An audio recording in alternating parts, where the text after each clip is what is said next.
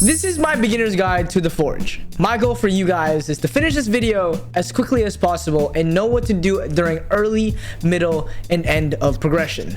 Like I said, I'm going to keep this quick because I want you guys to play ASAP. So we're only going to cover the main important things. So let's first start off with how to play. Your goal in this game is to obtain or forge weapons and armors to defeat the monsters in this game. You do this by mining rocks around the map. When they break, it's basically pure RNG on what ore you get. But that's literally the pure fundamentals of the game. Let's get more specific. Starting off with mining. The progression with mining is simply getting better pickaxes.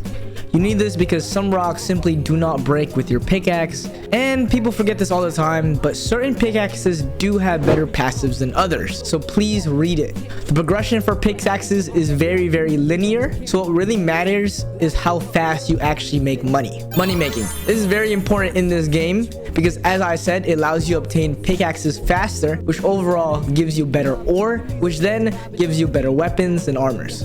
Just a quick note, this is the priority list right now.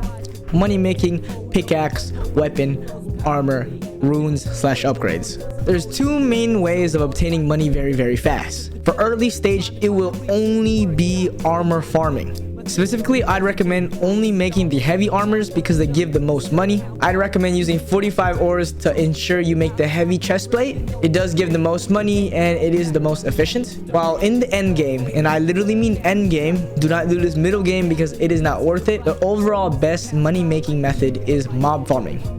Mobs drop these essences that give a lot of money. However, it is only good when they are purple rarity or more. This means that you're only going to be making real money when you farm in this specific area. This is called the volcanic depths, and this is the second island. Grinding here will give you a lot of money, especially if you have high luck passives.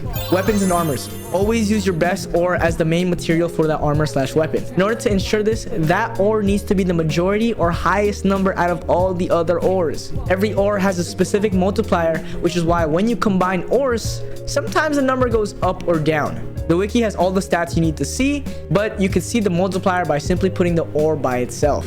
In my opinion, the best armor set will always be the heavy armor, as it gives the most defense. It also has more slots for more runes.